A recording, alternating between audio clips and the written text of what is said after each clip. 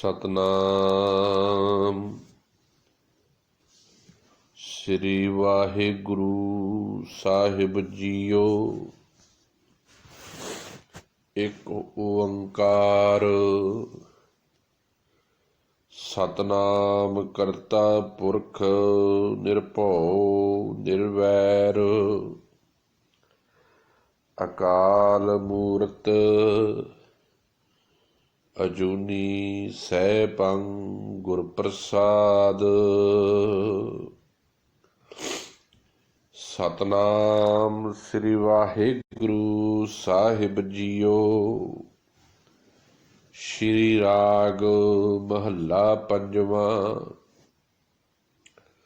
संच हर धन पूज सतगुर छोड़ सगल विकार। जिन तू साज सवारिया हर सिमर होए उधार। संच हर धन पूज सतगुर छोड़ सगल विकार। जिन तू साज सवारिया हर सिमर होए उधार। जप मन नाम एक अपार। प्राण मन तन जिन है दिया हृदय का आधार। रहाओ काम क्रोध अहंकार माते व्यापया संसार। पाओ संत शरणी लाग चरणी मिटै दुख अंधार। सत संतोख दया कमावै एह करणी सार। आप छोड़ सब होए रेणा जिस दे प्रभ निरंकार। जो दिसै सो सगल तू है पसरिया पासार। कहो नानक गुरु भरम काटिया सगल ब्रह्म विचार। कहो नानक गुरु भरम काटिया सगल ब्रह्म विचार। वाहिगुरु जी का खालसा वाहिगुरु जी की फतेह। जुगो जुग अटल चबर छत्र तख्त दे मालिक हाजरा हजूर शब्द गुरु धन धन साहिब श्री गुरु ग्रंथ साहिब महाराज जी दी कोटान कोटान रहमत ते किरपा दे नाल रोजाना फेसबुक लाइव आडियो के माध्यम के राही ते ग्लोबल गुरबाणी विचार व्हाट्सएप ग्रुप के राही जो लड़ीवार धन धन साहिब श्री गुरु ग्रंथ साहिब जी की पावन कथा चल रही है, जिस विच हुण तक साहिब श्री गुरु ग्रंथ साहिब जी के पावन पन्ना नंबर 51 तक शब्द नंबर 94 तक 94 तक विचार कल तक कर चुके हैं। अज का शब्द जो आप जी ने हुणे हुणे सरवण किया है ये 95 नंबर शब्द है श्री राग दे विचों ते पावन पन्ना नंबर है 51 ते शहीदां दे सरताज बाणी के बोहित पंजवें पातशाह मेरे साहिब मेरे मालक धन साहिब श्री गुरु अर्जन देव जी महाराज जी की पावन मुखारबिंद तो उचारण है। शब्द के कुल 4 बंद ने, एक बंद रहाओ दा है। रहाओ दे बंद विच सतगुरु जी कृपा कर रहे ने। जप मन नाम एक अपार प्राण मन तन जिन्ह दिया हृदय का आधार। संबोधन किया है इस मन नूं कि हे चंचल मन, क्योंकि मनुख दा मन ही नहीं जुड़दा। कई वारी साडी जीभा जो गा रही है उहदे विच मन हाज़र नहीं हुंदा, ਕੰਨ जो सुन रहे ने उहदे विच मन हाज़र नहीं हुंदा, अखां जो वेख रहीआं ने उहदे विच कई वारी मन हाज़र नहीं हुंदा। जिहदी निशानी ये है, कई वारी कोई बोल साडे ਕੰਨਾਂ ਤੋਂ सुने जा रहे आ ते सानू कोई पुछदा, भाई फलाने वेले मैं तैनूं एक गल कही सी कि तैनूं चेते है? हुण उहदे विच मन हाज़र नहीं सी ते आपां कहने भाई मैं सुनी ते तेरी जरूर, पर मैं पूरे तरीके नाल कॉन्सनट्रेशन नहीं बना सकिया क्योंकि मेरा मन उस समय किते होर सी। ਇਹਦਾ मतलब जो सुनिया जा रहा है ਉਹਦੇ ਵਿੱਚ मन ਦਾ हाज़र होना बड़ा जरूरी है, जो देखा जा रहा है ਉਹਦੇ ਵਿੱਚ मन ਦਾ हाज़र होना बड़ा जरूरी है। पर कमाल ਦੀ गल है, मनुख बुराई ਨੂੰ बहुत ध्यान ਨਾਲ देखदा है, मनुख गंदगी ਨੂੰ बहुत ध्यान ਨਾਲ सुनदा है, मनुख गंदगी बहुत ध्यान ਨਾਲ बोलदा है, झूठ देखो किन्ने ध्यान ਨਾਲ बोलदा है। पर कमाल की गल है, जदों सच सुनना है ना उदों इहदा मन दौड़ जाता है, जदों सच बोलना है ना उदों इहदा मन साथ छड़ जाता है, जदों सच वेखना वा ना उदों भी मन साथी नहीं बनता, क्योंकि मन का सुभाव है गंदगी चुगना, हमेशा गंदे विचारां वल जाना। इसे करके सतगुरु जी कहते इहदा सुभाव ਕਾਂ वर्गा है। जिवें ਕਾਂ विष्टा दे विच चुंझा मारदा वा ना, इवें ये मन गंदगी विच चुंझा मारदा है, गंदियां विचारां दे विच, गंदियां ख्यालां दे विच। गल की मनुख दी फितरत ते बन चुकी है कि इह सियाणप ते चतुराइयां दे दौर विच ऐसा फसिया पिया है कि इहनूं भुल ही चुकिया है कि मैं कौन है।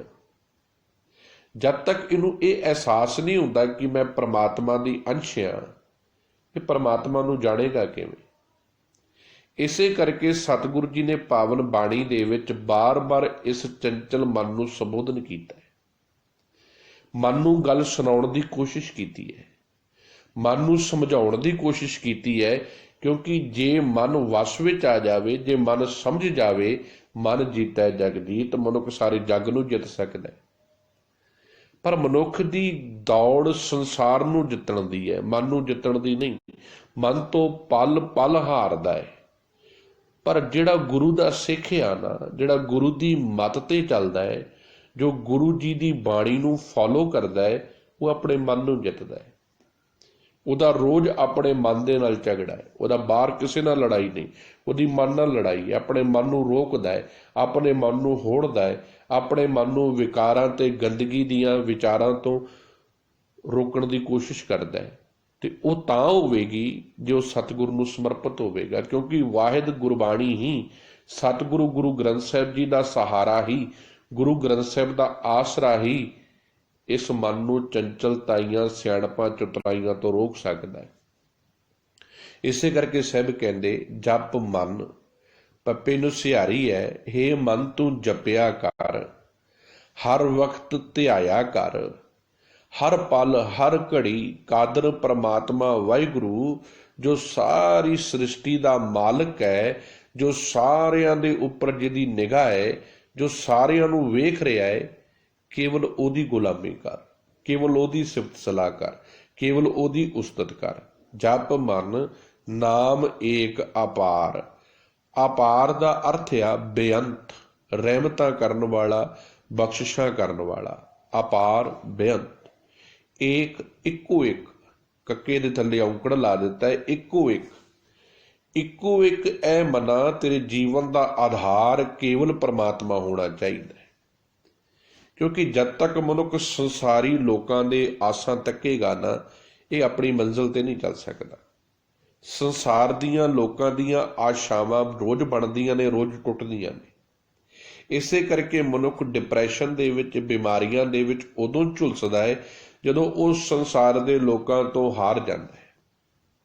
पर जिहड़ा गुरु दे दसे रस्ते ते चलदा है ना, ਉਹ ਕੇਵਲ ਤਾਂ ਕੇਵਲ ਉਸਤਤ ਪ੍ਰਮਾਤਮਾ ਦੀ ਕਰਦਾ। ਉਹਨੂੰ ਸਮਝ ਆ ਜਾਂਦੀ ਹੈ ਮੇਰਾ ਸਾਹਿਬ ਕੇਵਲ ਇੱਕ ਹੈ, ਮੇਰਾ ਮਾਲਕ ਕੇਵਲ ਇੱਕ ਹੈ, ਮੈਂ ਇੱਕ ਦਾ ਗੁਲਾਮ ਆ, ਬਹੁਤਿਆਂ ਦਾ ਨਹੀਂ। ਬਹੁਤਿਆਂ ਦੀ ਗੁਲਾਮੀ ਕਰਨ ਵਾਲੇ ਕਦੀ ਆਜ਼ਾਦ ਹੋ ਹੀ ਨਹੀਂ ਸਕਦੇ, ਕਿਉਂਕਿ ਉਹਨਾਂ ਦੇ ਅੰਦਰ ਆਜ਼ਾਦੀ ਦੀ ਭਾਵਨਾ ਪੈਦਾ ਹੋ ਹੀ ਨਹੀਂ ਸਕਦੀ।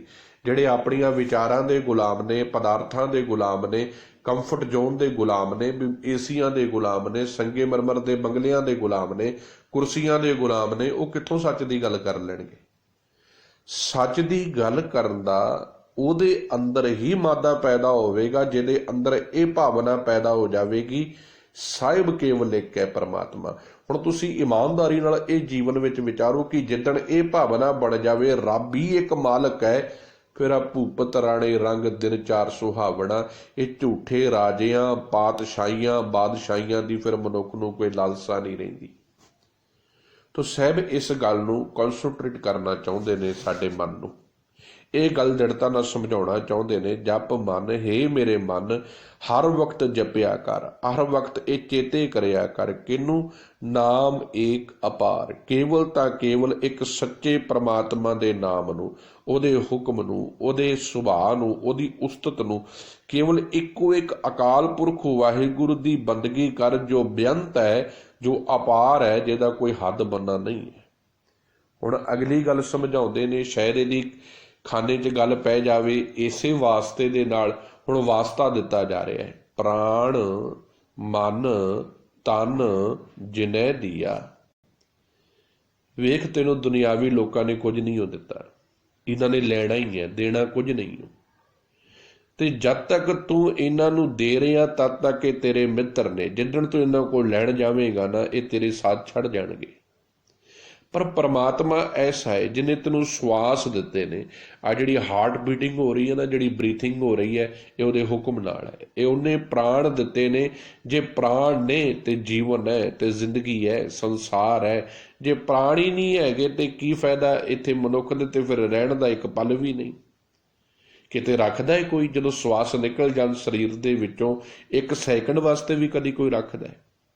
ਉਸੇ ਵਕਤ ਘਰ ਦੇ ਭਾਵੇਂ ਬੰਗਲਿਆਂ ਦਾ ਮਾਲਕ ਹੋਵੇ, ਭਾਵੇਂ ਉਹ ਰਾਜਾ ਹੋਵੇ, ਪਾਤਸ਼ਾਹ ਹੋਵੇ, ਰੰਕ ਹੋਵੇ, ਗਰੀਬ ਹੋਵੇ, ਉਹਨੂੰ ਝੱਟ ਚੁੱਕ ਕੇ ਸ਼ਮਸ਼ਾਨ ਭੂਮੀ ਵੱਲ ਲੈ ਜਾਂਦੇ ਨੇ, ਫਿਊਨਲ ਹਾਊਸ ਵੱਲ ਲੈ ਜਾਂਦੇ ਨੇ ਵੀ ਇਹਨੂੰ ਸਾੜ ਦਿਓ, ਕਿਉਂਕਿ ਹੁਣ ਪ੍ਰਾਣ ਹੀ ਕੋਈ ਨਹੀਂ, ਹੁਣ ਸਰੀਰ ਦਾ ਕੀ ਕਰਨਾ।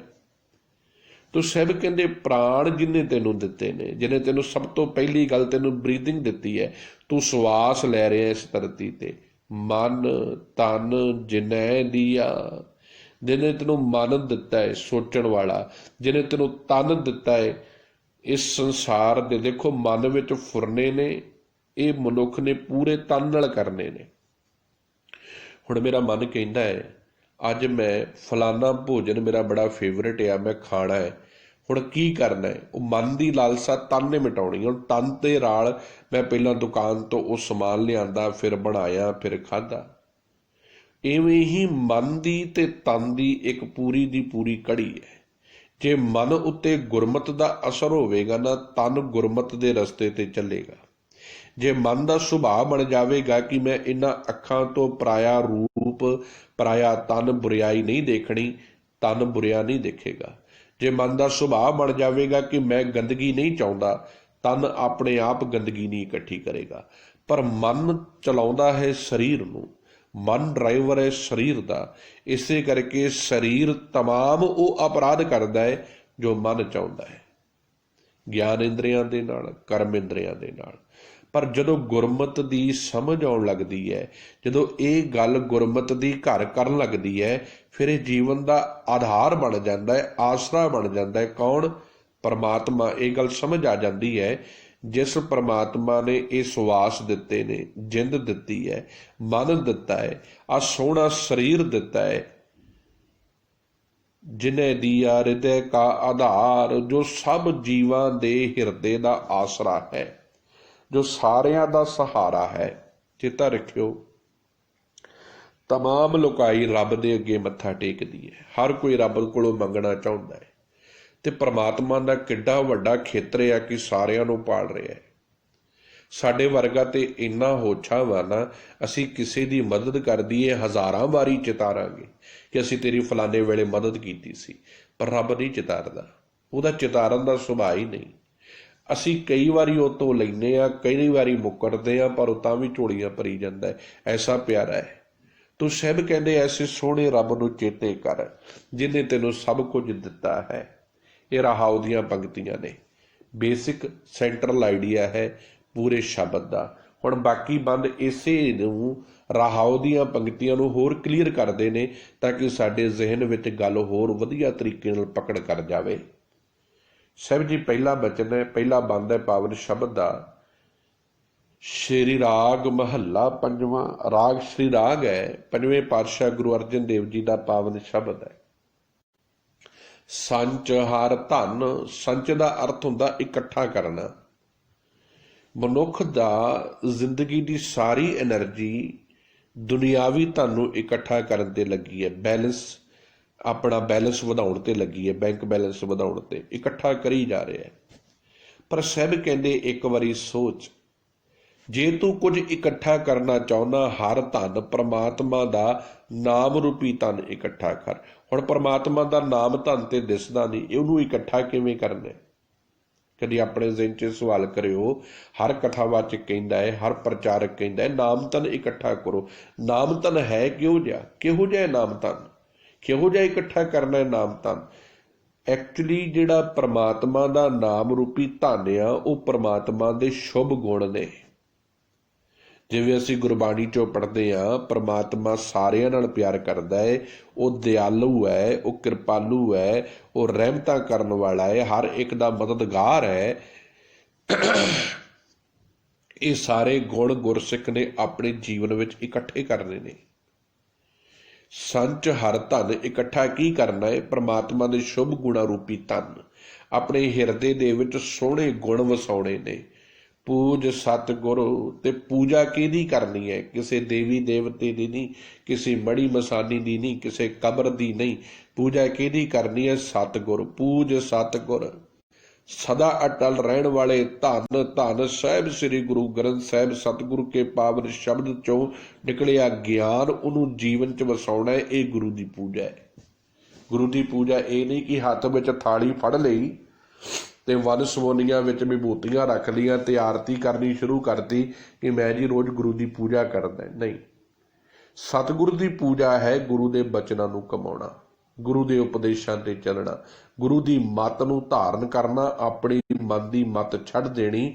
ਹੁਣ ਗੁਰੂ ਦੀ ਪੂਜਾ ਦਾ ਸਬਜੈਕਟ ਮੁਕੰਮਲ ਕੀ ਹੈ, ਪੂਰਾ ਕੀ ਹੈ? ਸਾਹਿਬ ਕਹਿੰਦੇ ਛੋੜ ਸਗਲ ਵਿਕਾਰ। ਗੁਰੂ ਦੀ ਮੱਤ ਤੇ ਚੱਲ ਕੇ ਆਪਣੇ ਜੀਵਨ ਵਿੱਚੋਂ ਸਾਰੇ ਵਿਕਾਰ ਛੱਡ ਦੇ। ਆ ਲਾਲਚ ਕਰਨਾ ਛੱਡ ਦੇ, ਅਹੰਕਾਰ ਕਰਨਾ ਛੱਡ ਦੇ, ਕ੍ਰੋਧ ਕਰਨਾ ਛੱਡ ਦੇ, ਲੋਭ ਕਰਨਾ ਛੱਡ ਦੇ, ਮੋਹ ਕਰਨਾ ਛੱਡ ਦੇ। ਇਹ ਵਿਕਾਰਾਂ ਨੂੰ ਆਪਣੇ ਜੀਵਨ ਦੇ ਵਿੱਚੋਂ ਹੌਲੀ ਹੌਲੀ ਮਾਈਨਸ ਕਰਦਾ ਜਾ। ਜੀਵਨ ਨੂੰ ਸੱਚ ਦੇ ਰਸਤੇ ਤੇ ਤੋਰ। ਜਿਨ ਤੂੰ ਸਾਜ ਸਵਾਰਿਆ ਹਰ ਸਿਮਰ ਹੋਏ ਉਧਾਰ। ਜਿਨ ਨੰਨੇ ਨੂੰ ਸਿਹਾਰੀ ਹੈ, ਜਿਸ ਵਾਹਿਗੁਰੂ ਨੇ, ਜਿਸ ਪ੍ਰਮਾਤਮਾ ਨੇ ਸਾਜ ਤੈਨੂੰ ਸਾਜਿਆ। ਦੇਖੋ ਮਾਤਾ ਦੇ ਗਰਭ ਦੇ ਵਿੱਚ, ਮਾਫੀ ਚਾਹੁੰਦਾ, ਮੈਂ ਕੱਲ ਵੀ ਬੇਨਤੀ ਕੀਤੀ ਸੀ, ਸਿਹਤ ਕਾਫੀ ਦਿਨਾਂ ਤੋਂ ਖਰਾਬ ਚੱਲ ਰਹੀ ਸੀ, ਪਰ ਆਪ ਗੁਰੂ ਕੀਆਂ ਪਿਆਰੀਆਂ ਸੰਗਤਾਂ ਦੀ ਅਸੀਸ ਲੈਣ ਵਾਸਤੇ ਇਹ ਰੋਜ਼ਾਨਾ ਵਿਚਾਰ ਕੀਤੀ ਜਾ ਰਹੀ ਹੈ। ਅਰਦਾਸ ਕਰਿਓ ਤੰਦਰੁਸਤੀ ਬਖਸ਼ੇ ਪਾਤਸ਼ਾਹ ਜੀ। ਤੋ ਜਿੱਥੇ ਆਪਾਂ ਚੱਲ ਰਹੇ ਸਾਂ, ਜਿਨ ਤੂੰ ਸਾਜ ਸਵਾਰਿਆ ਹਰ ਸਿਮਰ ਹੋਏ ਉਧਾਰ। ਉਧਾਰ ਦਾ ਅਰਥ ਆ ਬਚਾਉਣਾ, ਵਿਕਾਰਾਂ ਤੋਂ ਬਚਾਵ। ਸਾਜ ਜਿਹਨੇ ਸਾਜਿਆ, ਕਿੱਥੇ ਸਾਜਿਆ? 9 ਮਹੀਨੇ ਮਾਤਾ ਦੇ ਗਰਭ ਦੇ ਵਿੱਚ ਪ੍ਰਮਾਤਮਾ ਨੇ ਸਾਜਿਆ, ਸਾਨੂੰ ਇੱਕ ਸੋਹਣਾ ਰੂਪ ਦਿੱਤਾ, ਇੱਕ ਆਕਾਰ ਦਿੱਤਾ, ਸਵਾਰਿਆ। ਫਿਰ ਉਹ ਸਾਜੇ ਹੋਏ ਰੂਪ ਨੂੰ ਸਵਾਰ ਕੇ ਸਾਨੂੰ ਧਰਤੀ ਤੇ ਭੇਜਿਆ।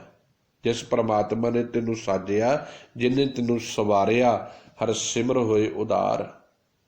ਉਹਦਾ ਸਿਮਰਨ ਕਰਿਆ ਕਰ, ਉਸ ਸੋਹਣੇ ਪ੍ਰਮਾਤਮਾ ਨੂੰ ਚੇਤੇ ਕਰਿਆ ਕਰ, ਕਿਉਂਕਿ ਉਹਦਾ ਚਿੰਤਨ ਕਰਕੇ ਹੀ, ਉਹਨੂੰ ਯਾਦ ਕਰਕੇ ਹੀ, ਉਹਦੇ ਹੁਕਮ ਦੇ ਵਿੱਚ ਤੁਰਿਆ ਹੀ ਤੇਰਾ ਉਧਾਰ ਹੋ ਸਕਦਾ ਹੈ। ਤੂੰ ਵਿਕਾਰਾਂ ਤੋਂ ਬਚ ਸਕਦਾ ਹੈ, ਤੇਰਾ ਜੀਵਨ ਉੱਚਾ ਤੇ ਸੁੱਚਾ ਬਣ ਸਕਦਾ ਹੈ। ਜਪ ਮਨ ਨਾਮ ਏਕ ਅਪਾਰ। ਫਿਰ ਹੇ ਮੇਰੇ ਮਨ, ਸਦਾ ਵਾਸਤੇ ਪ੍ਰਮਾਤਮਾ ਦੇ ਨਾਮ ਨੂੰ ਜਪਿਆ ਕਰ, ਉਹਦੇ ਹੁਕਮ ਦੇ ਵਿੱਚ ਰਿਹਾ ਕਰ। ਆਪਣੇ ਜੀਵਨ ਦਾ ਆਸਰਾ, ਆਪਣੇ ਜੀਵਨ ਦਾ ਸਹਾਰਾ ਕੇਵਲ ਤਾਂ ਕੇਵਲ ਪ੍ਰਮਾਤਮਾ ਨੂੰ ਬਣਾ। ਨਾਮ ਏਕ ਆਧਾਰ ਅਪਾਰ ਜੋ ਬੇਅੰਤ ਹੈ, ਜਿਹਦੀਆਂ ਰਹਿਮਤਾਂ ਬੇਅੰਤ ਨੇ, ਜੋ ਕਿਰਪਾ ਕਰਨ ਵਾਲਾ ਹੈ, ਕਿਰਪਾਲੂ ਹੈ, ਜਿਹਦੀਆਂ ਬਖਸ਼ਿਸ਼ਾਂ ਦਾ ਕੋਈ ਅੰਤ ਨਹੀਂ। ਐਸੇ ਸੋਹਣੇ ਰੱਬ ਨੂੰ ਮੇਰੇ ਮਨ ਚੇਤੇ ਕਰਿਆ ਕਰ। ਪ੍ਰਾਣ ਮਨ ਤਨ ਜਿਨੈ ਦੀਆ, ਹਿਰਦੇ ਕਾ ਆਧਾਰ। ਜਿਸ ਪ੍ਰਮਾਤਮਾ ਨੇ ਤੈਨੂੰ ਪ੍ਰਾਣ ਦਿੱਤੇ ਨੇ, ਜਿੰਦ ਦਿੱਤੀ ਹੈ, ਮਨ ਦਿੱਤਾ ਹੈ, ਸਰੀਰ ਦਿੱਤਾ ਹੈ, ਤੇ ਸਾਰਿਆਂ ਜੀਵਾਂ ਦੇ ਹਿਰਦੇ ਦਾ ਆਸਰਾ ਹੈ, ਸਹਾਰਾ ਹੈ, ਉਹਨੂੰ ਕਦੀ ਨਾ ਭੁਲਾਇਆ ਕਰ। ਰਹਾਓ। ਅਗਲਾ ਬੰਦ ਹੈ, ਦੂਸਰਾ ਬੰਦ। ਹੁਣ ਸਾਹਿਬ ਕਹਿੰਦੇ ਤੂੰ ਕਿਵੇਂ ਉਸ ਰੱਬ ਤੱਕ ਪਹੁੰਚ ਸਕਦਾ। ਹੁਣ ਜੁਗਤੀ ਦੱਸੀ ਹੈ ਧੰਨ ਗੁਰੂ ਗ੍ਰੰਥ ਸਾਹਿਬ ਜੀ ਮਹਾਰਾਜ ਜੀ ਪੰਜਵੇਂ ਪਾਤਸ਼ਾਹ ਜੀ ਨੇ। ਸਾਹਿਬ ਕਹਿੰਦੇ ਪਹਿਲ ਦੇ ਆਧਾਰ ਤੇ ਕੀ ਕਰ, ਕਾਮ ਕ੍ਰੋਧ ਅਹੰਕਾਰ ਮਾਤੇ। ਸਾਹਿਬ ਕਹਿੰਦੇ ਜਿਸ ਕਾਮਨਾਵਾਂ ਦੇ ਵਿੱਚ, ਹੁਣ ਧਿਆਨ ਦੇਣਾ ਇੱਥੇ ਇੱਕ ਗੱਲ, ਮੈਂ ਤੁਹਾਡੀ ਮਿੰਟ ਰੁਕਣਾ ਹੈ। ਕਾਮ ਤੇ ਕ੍ਰੋਧ ਇਹ ਦੋਸ਼ ਵਿਕਾਰ, ਦੋਸ਼ ਜਿਹੜੇ ਨਾਲੋਂ ਨਾਲ ਨੇ। ਭਲਾ ਕਿਉਂ ਨੇ ਨਾਲ? ਮਨੁੱਖ ਦੀਆਂ ਕਾਮਨਾਵਾਂ ਤੋਂ ਕ੍ਰੋਧ ਉਪਜਦਾ ਹੈ। ਪਹਿਲ ਦੇ ਆਧਾਰ ਤੇ ਕਾਮਨਾ ਜਨਮ ਲੈਂਦੀ ਹੈ, ਡਿਜ਼ਾਇਰ ਜਨਮ ਲੈਂਦੀ ਹੈ। ਮਨੁੱਖ ਦੇ ਅੰਦਰ ਇੱਛਾ ਜਨਮ ਲੈਂਦੀ ਹੈ ਕਿ ਮੈਨੂੰ ਆਹ ਚੀਜ਼ ਚਾਹੀਦੀ ਹੈ। ਇੱਛਾ ਰੂਪ ਦੀ ਵੀ ਹੋ ਸਕਦੀ ਹੈ, ਇਸਤਰੀ ਦੀ ਹੋ ਸਕਦੀ ਹੈ, ਕੁਰਸੀ ਦੀ ਹੋ ਸਕਦੀ ਹੈ, ਧਨ ਪਦਾਰਥ ਦੀ ਹੋ ਸਕਦੀ ਹੈ, ਸੋਨੇ ਚਾਂਦੀ ਦੀ ਹੋ ਸਕਦੀ ਹੈ, ਕੋਈ ਵੀ ਇੱਛਾ।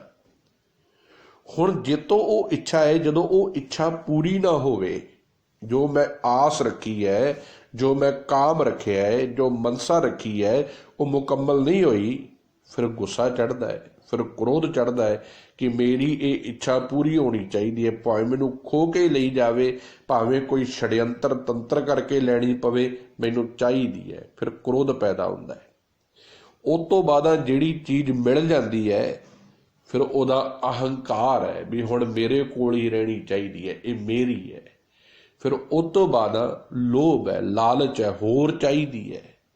ਤੇ ਜਦੋਂ ਪਕੜ ਚ ਆਏਗੀ ਹੈ, ਫਿਰ ਮੋਹ ਹੈ, ਹੁਣ ਮੇਰੇ ਕੋਲੋਂ ਕੋਈ ਖੋਵੇ ਨਾ। ਮਨੁੱਖ ਸਾਰੀ ਜ਼ਿੰਦਗੀ ਇਸੇ ਹੀ ਵਿਕਾਰਾਂ ਦੇ ਹੱਥਾਂ ਦੇ ਵਿੱਚ ਨੱਚਦਾ ਰਹਿੰਦਾ ਹੈ। ਤੋ ਸਾਹਿਬ ਕਹਿੰਦੇ ਕਾਮ ਕ੍ਰੋਧ ਅਹੰਕਾਰ ਮਾਤੇ ਵਿਆਪਿਆ ਸੰਸਾਰ। ਕਹਿੰਦੇ ਜਿਹੜੇ ਬੰਦੇ ਜਗਤ ਦੇ ਮੋਹ ਦੇ ਵਿੱਚ ਦੱਬੇ ਪਏ ਹਨ, ਜਿਹੜੇ ਨਿਤ ਕਾਮ ਕ੍ਰੋਧ ਅਹੰਕਾਰ ਦੇ ਵਿੱਚ ਮਸਤ ਰਹਿੰਦੇ ਹਨ, ਜਿਨ੍ਹਾਂ ਦਾ ਸਾਰਾ ਜੀਵਨ ਵਿਕਾਰਾਂ ਦੇ ਵਿੱਚ ਗਲਤਾਨ ਹੋਇਆ ਪਿਆ ਹੈ, ਜੋ ਹਰ ਵਕਤ ਝੂਠ ਸੋਚਦੇ ਹਨ, ਉਹਨਾਂ ਦੇ ਕੰਨ ਗੰਦੇ ਸੁਣਦੇ ਹਨ, ਉਹਨਾਂ ਦੀ ਜੀਭਾ ਗੰਦ ਬੋਲਦੀ ਹੈ, ਅਬਿਊਸ ਲੈਂਗੁਏਜ ਵਰਤਦੇ ਹਨ, ਜਿਨ੍ਹਾਂ ਦੇ ਜੀਵਨ ਦੇ ਵਿੱਚ ਗੰਦਗੀ ਦਾ ਚਿੱਕੜ ਪੈ ਚੁੱਕਿਆ ਹੈ, ਜਿਨ੍ਹਾਂ ਦੀ ਸੋਚ ਕਾਮ ਕ੍ਰੋਧ ਅਹੰਕਾਰ ਤੋਂ ਉੱਪਰ ਨਹੀਂ ਉੱਠੀ। ਮਾਤੇ ਦਾ ਅਰਥ ਆ ਮਤੇ ਹੋਏ ਨੇ, ਇਸ ਨਸ਼ੇ ਦੇ ਵਿੱਚ ਡੁੱਬੇ ਹੋਏ ਨੇ। ਇਹ ਤਮਾਮ ਸੰਸਾਰ ਇਸੇ ਹੀ ਦਲਦਲ ਵੱਲ ਭੱਜਦਾ ਜਾ ਰਿਹਾ ਹੈ। ਤੋ ਸਾਹਿਬ ਕਹਿੰਦੇ ਜੇ ਬਚਣਾ ਚਾਹੁੰਦਾ ਹੈ, ਪਉ ਸੰਤ ਸ਼ਰਣੀ ਲਾਗ ਚਰਣੀ ਮਿਟੈ ਦੁਖ ਅੰਧਾਰ। ਸਾਹਿਬ ਕਹਿੰਦੇ ਜਿੱਥੇ ਸਾਰਾ ਸੰਸਾਰ ਕਾਮਨਾਵਾਂ ਦੇ ਵੇਗ ਦੇ ਵਿੱਚ, ਕ੍ਰੋਧ ਅਹੰਕਾਰ ਤੇ ਮੋਹ ਦੇ ਚਿੱਕੜ ਦੇ ਵਿੱਚ ਡੁੱਬਦਾ ਜਾ ਰਿਹਾ ਹੈ, ਜੇ ਭਾਈ ਤੂੰ ਇੱਥੋਂ ਬਚਣਾ ਚਾਹੁੰਦਾ ਨਾ ਤੇ ਇੱਕ ਜੁਗਤੀ ਕਰ, ਇੱਕ ਟੈਕਨੀਕ ਵਰਤ। ਉਹ ਟੈਕਨੀਕ ਕੀ ਹੈ? ਪਉ ਸੰਤ ਸ਼ਰਣੀ। ਹੁਣ ਸੰਤ ਸ਼ਬਦ ਕਿਹਦੇ ਵਾਸਤੇ ਹੈ?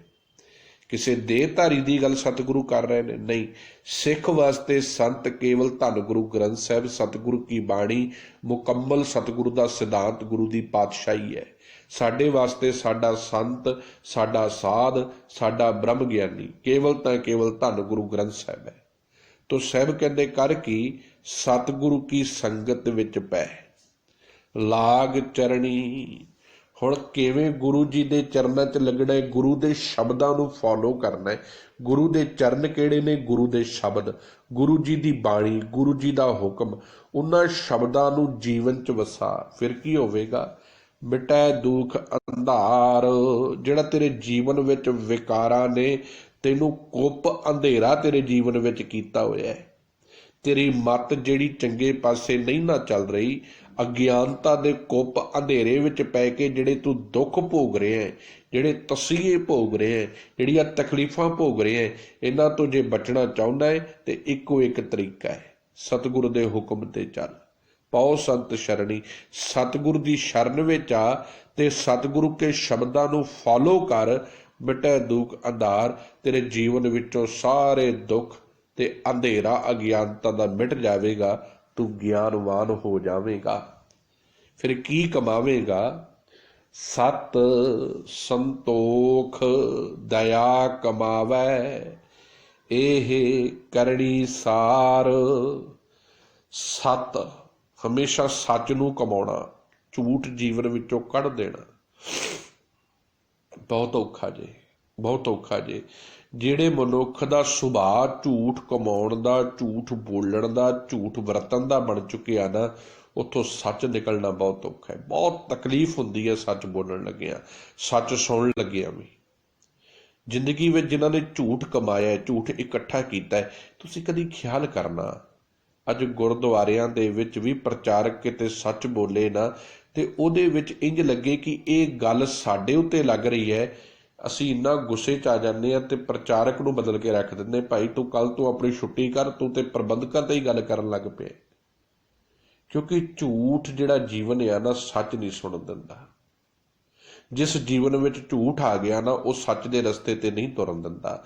ਤੋ ਸਾਹਿਬ ਕਹਿੰਦੇ ਜਦੋਂ ਗੁਰੂ ਦੀ ਮੱਤ ਅਪਣਾਈ ਜਾਂਦੀ ਆ ਨਾ, ਫਿਰ ਸੱਚ ਕਮਾਇਆ ਜਾਂਦਾ ਹੈ। ਤੇ ਜਦੋਂ ਮਨੁੱਖ ਸੱਚ ਦੀ ਕਮਾਈ ਕਰਦਾ ਨਾ, ਫਿਰ ਬਰਕਤ ਪੈਂਦੀ ਉਸ ਕਮਾਈ ਦੀ। ਫਿਰ ਮਨੁੱਖ ਦੇ ਜੀਵਨ ਵਿੱਚ ਸੰਤੋਖ ਆ ਜਾਂਦਾ ਹੈ, ਫਿਰ ਮਨੁੱਖ ਦੇ ਜੀਵਨ ਵਿੱਚ ਪੇਸ਼ੈਂਸ ਆ ਜਾਂਦੀਆਂ ਨੇ, ਮਨੁੱਖ ਦੇ ਜੀਵਨ ਵਿੱਚ ਸਬਰ ਆ ਜਾਂਦਾ ਹੈ। ਤੇ ਜਿਸ ਦੇ ਜੀਵਨ ਵਿੱਚ ਸੰਤੋਖ ਹੈ ਨਾ, ਉਹੀ ਦੂਸਰੇ ਤੇ ਦਇਆ ਕਰੂਗਾ, ਉਹੀ ਕਿਸੇ ਤੇ ਮਰਸੀ ਕਰੂਗਾ। ਜਿਹਦੇ ਅੰਦਰ ਸੰਤੋਖ ਨਹੀਂ, ਲਾਲਚ ਨਹੀਂ, ਜਿਹਦੇ ਅੰਦਰ ਲਾਲਚ ਹੈ, ਸੰਤੋਖ ਹੈ, ਸੰਤੋਖ ਨਹੀਂ ਹੈ, ਅੰਦਰ ਕ੍ਰੋਧ ਭਰਿਆ ਪਿਆ ਹੈ, ਉਹ ਮਰਸੀ ਕਿਵੇਂ ਕਰੇਗਾ? ਉਹ ਦਇਆ ਕਿਸੇ ਤੇ ਕਿਵੇਂ ਕਮਾਵੇਗਾ? ਦਇਆ ਕਮਾਉਣਾ ਉਹੀ ਜਾਣਦਾ ਹੈ ਜਿਹਦੇ ਅੰਦਰ ਨੰਬਰ 1 ਤੇ ਸੱਚ ਹੋਵੇਗਾ, ਨੰਬਰ 2 ਤੇ ਸੰਤੋਖ ਸਬਰ ਹੋਵੇਗਾ। ਉਹੀ ਕੀ ਕਰੇਗਾ? ਕਿਸੇ ਤੇ ਦਇਆ ਕਰੇਗਾ, ਮਰਸੀ ਕਰੇਗਾ। ਇਹ ਕਰਨੀ ਸਾਰ। ਕਰਨੀ ਦਾ ਅਰਥ ਹੈ ਜੀਵਨ ਜਾਚ, ਸਾਰ ਦਾ ਅਰਥ ਹੈ ਸ੍ਰੇਸ਼ਟ। ਸਤਿਗੁਰੂ ਕਹਿੰਦੇ ਜੀਵਨ ਦੀ ਅਸਲੀ ਸਾਂਝ, ਅਸਲੀ ਜਾਂਚ ਕੀ ਹੈ? ਤੂੰ ਸੱਤ ਨੂੰ ਕਮਾ, ਸਬਰ ਤੇ ਸੰਤੋਖ ਵਿੱਚ ਚੱਲ, ਸਦਾ ਦਇਆ ਦੀ ਭਾਵਨਾ ਵਰਤਿਆ ਕਰ। ਇਹ ਜੀਵਨ ਦਾ ਨਿਚੋੜ ਹੈ। ਜੇ ਤੂੰ ਇਸ ਸੱਚੇ ਸਿਧਾਂਤਾਂ ਨੂੰ, ਇਸ ਸੱਚੇ ਗੁਣਾਂ ਨੂੰ ਜੀਵਨ ਵਿੱਚ ਅਪਣਾਉਣ ਲੱਗ ਪਵੇਗਾ ਤੇ ਤੇਰਾ ਜੀਵਨ ਸੱਚਾ ਤੇ ਸੁੱਚਾ ਬਣ ਲੱਗ ਪਵੇਗਾ। ਆਪ ਛੋੜ, ਅਗਲੀ ਜੁਗਤੀ ਕੀ ਹੈ? ਆਪ ਛੋੜ, ਜਿਹੜਾ ਸਭ ਤੋਂ ਔਖਾ ਹੈ। ਸਭ ਤੋਂ ਔਖਾ ਹੈ ਆਪਣਾ ਆਪਾ ਛੱਡਣਾ, ਆਪਣੀ ਮੈਂ ਨੂੰ ਛੱਡਣਾ। ਤੇ ਸਾਹਿਬ ਕਹਿੰਦੇ ਜਿੱਦਣ ਤੂੰ ਇਹ ਛੱਡ ਦੇਵੇਗਾ, ਆਪ ਛੋੜ, ਸਭ ਹੋਏ ਰਹਿਣਾ, ਸਾਰਿਆਂ ਦੇ ਚਰਨਾਂ ਦੀ ਖਾਕ ਬਣ ਕੇ ਰਵੇ। ਇੰਨੀ ਨਿਮਰਤਾ ਚਾਹੀਦੀ ਹੈ, ਇੰਨੀ ਨਿਮਰਤਾ ਚਾਹੀਦੀ ਹੈ। ਜੀਵਨ ਇੰਨਾ ਨਿਮਰ 'ਚ ਆ ਜਾਵੇ ਕਿ ਕਦੀ ਕ੍ਰੋਧ ਆਵੇ ਹੀ ਨਾ, ਕਦੀ ਅਹੰਕਾਰ ਆਵੇ ਹੀ ਨਾ। ਪਰ ਅੱਜ ਤੇ ਜਤਲਾਉਣ ਦੀ ਸਾਡੇ ਮਨ 'ਚ ਮਨਸਾ ਹੈ। ਜੇ ਕੋਈ ਸਾਨੂੰ ਨਹੀਂ ਆਬਜ਼ਰਵ ਕਰਦਾ, ਅਸੀਂ ਆਪ ਉਹਨੂੰ ਜਤਲਾਉਂਦੇ ਹਾਂ। ਭਾਈ ਮੈਂ ਕੁਝ ਹਾਂ, ਮੇਰੀ ਕੁਝ ਪਾਵਰਸ ਨੇ। ਆਪਾਂ ਆਮ ਕਰਕੇ ਕਈ ਵਾਰੀ ਇਹ ਗੱਲ ਤੁਸੀਂ ਸੁਣੇ, ਤੂੰ ਜਾਣਦਾ ਮੈਂ ਕੌਣ ਆ? ਤੂੰ ਜਾਣਦਾ? ਇਹਦਾ ਮਤਲਬ ਵੀ ਅਸੀਂ ਆਪਣਾ ਆਪਾ ਜਤਲਾ ਰਹੇ ਹਾਂ। ਇਹੀ ਛੱਡਣਾ ਹੈ, ਨਿਮਰਤਾ ਵਿੱਚ ਰਹਿਣਾ ਹੈ, ਹਲੀਮੀ 'ਚ ਰਹਿਣਾ ਹੈ। ਆਪ ਛੋੜ, ਸਭ ਹੋਏ ਰਹਿਣਾ। ਆਪਣੇ ਜੀਵਨ ਦੇ ਵਿੱਚੋਂ ਅਹੰਕਾਰ ਤੇ ਆਪਣਾ ਆਪਾ, ਮਾਣ, ਅਭਿਮਾਨ ਛੱਡ ਦੇਣਾ ਹੈ ਤੇ ਨਿਮਰਤਾ ਤੇ ਹਲੀਮੀ ਵਿੱਚ ਰਹਿਣਾ ਹੈ। ਜਿਸ ਦੇ ਪ੍ਰਭ ਨਿਰੰਕਾਰ, ਕਹਿੰਦੇ ਇਹ ਬੜੀ ਵੱਡੀ ਦਾਤ ਹੈ। ਸਾਹਿਬ ਕਹਿੰਦੇ ਇਹ ਬੜੀ ਵੱਡੀ ਦਾਤ ਹੈ, ਨਿਮਰਤਾ 'ਚ ਰਹਿਣਾ, ਅਹੰਕਾਰ ਛੱਡਣਾ। ਜਿਹਦੇ ਉੱਤੇ ਸਤਿਗੁਰ ਨੇ ਇਹ ਕਿਰਪਾ ਕਰ ਦਿੱਤੀ ਆ ਨਾ, ਜੋ ਨਿਮਰਤਾ 'ਚ ਰਹਿ ਰਿਹਾ ਹੈ, ਹਲੀਮੀ 'ਚ ਰਹਿ ਰਿਹਾ ਹੈ, ਸੱਚ ਨੂੰ ਕਮਾ ਰਿਹਾ ਹੈ, ਉਹ ਦੁਨੀਆ ਦਾ ਸਭ ਤੋਂ ਵੱਡਾ ਵਡਭਾਗੀ ਹੈ ਕਿ ਉਹਨੂੰ ਦੁਨੀਆ ਦੀਆਂ ਸੱਚੀਆਂ ਦਾਤਾਂ ਦਾ ਵਾਰਸ ਬਣਨ ਦਾ ਮੌਕਾ ਮਿਲਿਆ ਹੈ। ਉਹ ਸ਼ੁਭ ਗੁਣਾ ਰੂਪੀ ਦਾਤਾਂ ਨੂੰ ਆਪਣੇ ਜੀਵਨ ਵਿੱਚ ਵਸਾ ਰਿਹਾ ਹੈ। ਸਮਝ ਲੈਣਾ ਉਹ ਪਰਮਾਤਮਾ ਵਾਹਿਗੁਰੂ ਨਿਰੰਕਾਰ ਦੀਆਂ ਅਸਲੀਆਂ ਦਾਤਾਂ ਦਾ ਹੱਕਦਾਰ ਬਣ ਚੁੱਕਿਆ ਹੈ। ਆਖਰੀਆਂ ਪੰਕਤੀਆਂ ਨੇ ਪਾਵਨ ਸ਼ਬਦ ਦੀਆਂ। ਜੋ ਦੀਸੈ ਸੋ ਸਗਲ ਤੂੰ ਹੈ, ਪਸਰਿਆ ਪਾਸਾਰ। ਕਹਿੰਦੇ ਜਦੋਂ ਜੀਵਨ ਦੇ ਵਿੱਚ ਸੱਤ ਆਇਆ, ਸੰਤੋਖ ਆਇਆ, ਦਇਆ ਪੈਦਾ ਹੋਈ, ਅਹੰਕਾਰ ਖਤਮ ਹੋ ਗਿਆ, ਮੈਂ ਮੇਰੀ ਮੁੱਕ ਗਈ, ਹੁਣ ਅਗਲੀ ਗੱਲ ਕੀ ਸਮਝ ਆਈ? ਜੋ ਦੀਸੈ ਸੋ ਸਗਲ ਤੂੰ ਹੈ। ਜੋ ਕੁਝ ਨਜ਼ਰ ਆ ਰਿਹਾ ਹੈ ਹਰ ਇੱਕ ਵਿੱਚ ਪਰਮਾਤਮਾ ਜੀ ਤੁਸੀਂ ਵਸਦੇ ਹੋ। ਪਸਰਿਆ ਪਸਾਰ, ਇਹ ਦਿਸਦਾ ਅਣਦਿਸਦਾ ਸਾਰੇ ਸੰਸਾਰ ਦਾ ਪਸਾਰਾ ਤੁਸੀਂ ਆਪ ਪਸਾਰਿਆ ਹੈ। ਤੁਸੀਂ ਹੀ ਇਸ ਨੂੰ ਸਾਰਿਆਂ ਨੂੰ ਚਲਾਉਣ ਵਾਲੇ ਹੋ। ਕਹੋ ਨਾਨਕ ਗੁਰ ਭਰਮ ਕਾਟਿਆ, ਸਗਲ ਬ੍ਰਹਮ ਵਿਚਾਰ। ਵਾਹਿਗੁਰੂ, ਬਹੁਤ ਪਿਆਰੇ ਬਚਨ ਨੇ। ਸਾਹਿਬ ਕਹਿੰਦੇ ਤੇਰੀ ਕਿਰਪਾ ਨਾਲ ਹੇ ਨਾਨਕ ਜੀ, ਮੇਰੇ ਸੱਚੇ ਗੁਰੂ ਨਾਨਕ ਪਾਤਸ਼ਾਹ ਧੰਨ ਸਾਹਿਬ ਗੁਰੂ ਗ੍ਰੰਥ ਸਾਹਿਬ ਜੀ ਨੇ ਮੇਰੇ ਜੀਵਨ ਵਿੱਚੋਂ ਇਹ ਭਰਮ ਕੱਟ ਦਿੱਤਾ ਹੈ। ਇਹ ਮੇਰੀ ਦਾ ਭਰਮ ਜਿਹੜਾ ਸੀ ਨਾ, ਜਿਹੜਾ ਮੈਂ ਸਿਆਣਪਾਂ ਚਤੁਰਾਈਆਂ ਦਾ ਭਰਮ ਪਾ ਕੇ ਬੈਠਾ ਸੀ, ਇਹ ਭਰਮ ਮੇਰੇ ਗੁਰੂ ਦੇ ਗਿਆਨ ਨੇ ਕੱਟ ਦਿੱਤਾ ਹੈ। ਤੇ ਹੁਣ ਇਹ ਕਟਿਆ ਕਿੱਥੋਂ ਗਿਆ ਹੈ? ਸਗਲ ਬ੍ਰਹਮ ਵਿਚਾਰ, ਸਾਰੀ ਪ੍ਰਮਾਤਮਾ ਦੀ ਸੱਚੀ ਸੁੱਚੀ ਵਿਚਾਰ ਧੰਨ ਸਾਹਿਬ ਗੁਰੂ ਗ੍ਰੰਥ ਸਾਹਿਬ ਜੀ ਦੀ ਬਾਣੀ ਦੇ ਨਾਲ, ਸਤਿਗੁਰੂ ਕੇ ਉਪਦੇਸ਼ਾਂ ਦੇ ਨਾਲ, ਗੁਰੂ ਜੀ ਦੀ ਮੱਤ ਤੇ ਚੱਲ ਕੇ ਮੇਰੇ ਜੀਵਨ ਵਿੱਚੋਂ ਇਹ ਭਰਮ, ਇਹ ਅੰਧ ਵਿਸ਼ਵਾਸ ਸਭ ਖਤਮ ਹੋ ਗਿਆ ਹੈ। ਹੁਣ ਸੱਚ ਦੇ ਰਸਤੇ ਤੇ ਜੀਵਨ ਚੱਲ ਰਿਹਾ ਹੈ। ਹੁਣ ਗੁਰੂ ਦੀ ਮੱਤ ਤੇ ਚੱਲ ਰਿਹਾ ਹੈ। ਹੁਣ ਗੁਰੂ ਦੀ ਗੱਲ ਚੰਗੀ ਲੱਗਦੀ ਹੈ। ਹੁਣ ਕਿਸੇ ਦੇ ਨਾਲ ਕੋਈ ਮੇਰ ਤੇਰ ਨਹੀਂ ਹੈ, ਕੋਈ ਨਸਲੀ ਵਿਤਕਰਾ ਨਹੀਂ ਹੈ, ਕੋਈ ਭੇਦ ਭਾਵ ਨਹੀਂ ਹੈ, ਕੋਈ ਉੱਚੀ ਛੋਟੀ ਜਾਤ ਨਹੀਂ ਹੈ। ਹੁਣ ਤੇ ਇੱਕ ਹੀ ਗੱਲ ਸਮਝ ਪਈ ਹੈ, ਹਮ ਆਦਮੀ ਹਾਂ ਇੱਕ ਦਮੀ, ਮੌਲਤ ਮੌਤ ਨਾ ਜਾਣਾ। ਅਸੀਂ ਦਮ ਲੈ ਰਹੇ ਹਾਂ, ਆਦਮੀ ਹਾਂ, ਕੱਲ ਤੱਕ ਇਹ ਸਵਾਸ ਨਾ ਰਹਿਣ, ਸਾਨੂੰ ਕਿਸੇ ਨੇ ਨਹੀਂ ਪੁੱਛਣਾ। ਸੋ ਇਸ ਜੀਵਨ ਨੂੰ ਕਿਵੇਂ ਦੀ ਕਰਨੀ ਚਾਹੀਦੀ ਹੈ, ਜੀਵਨ ਜਾਂਚ ਕੈਸੀ ਚਾਹੀਦੀ ਹੈ, ਅੱਜ ਦੇ ਸ਼ਬਦ ਵਿੱਚ ਸਤਿਗੁਰੂ ਜੀ ਨੇ ਸਮਝਾਇਆ। ਸਭ ਕਹਿੰਦੇ ਸ਼ੁਭ ਗੁਣਾਂ ਨੂੰ ਇਕੱਠਾ ਕਰ, ਹਰ ਵਕਤ ਇਹ ਚੇਤੇ ਰੱਖ, ਨਿਰੰਕਾਰ ਤੈਨੂੰ ਜੀਵਨ ਦੇ ਰਿਹਾ ਹੈ, ਉਹਦੇ ਹੁਕਮ ਦੇ ਵਿੱਚ ਜ਼ਿੰਦਗੀ ਜਿਉ ਰਿਹਾ ਹੈ ਤੂੰ। ਇਹ ਸਵਾਸ ਉਹਦੇ ਦਿੱਤੇ ਹੋਏ ਨੇ, ਇਹ ਪ੍ਰਾਣ ਉਹਦੇ ਦਿੱਤੇ ਹੋਏ ਨੇ। ਗੱਲ ਕੀ ਇਹ ਜ਼ਿੰਦਗੀ ਉਹਦੀ ਹੈ, ਉਹਦੀ ਅਮਾਨਤ ਹੈ।